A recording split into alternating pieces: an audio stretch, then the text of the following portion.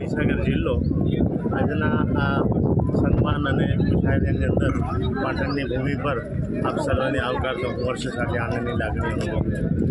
ખરેખર આમ તો માણસને મળે છે, પણ આજે જે મળવાનો નજરિયો છે એ કંઈક જુદો છે.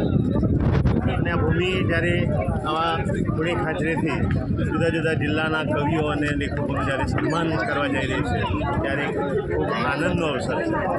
અને આ તબક્કે હું મારો રાજીપો અનુભવું છું. છેલ્લા 32 વર્ષથી જ્યારે આ શિક્ષણ વિભાગનું જ્યારે કામ કરું છું ત્યારે મને મારા વિષયની એક કવિતા મને યાદ આવે છે, અને કવિતાનું નામ છે વર્તુળ.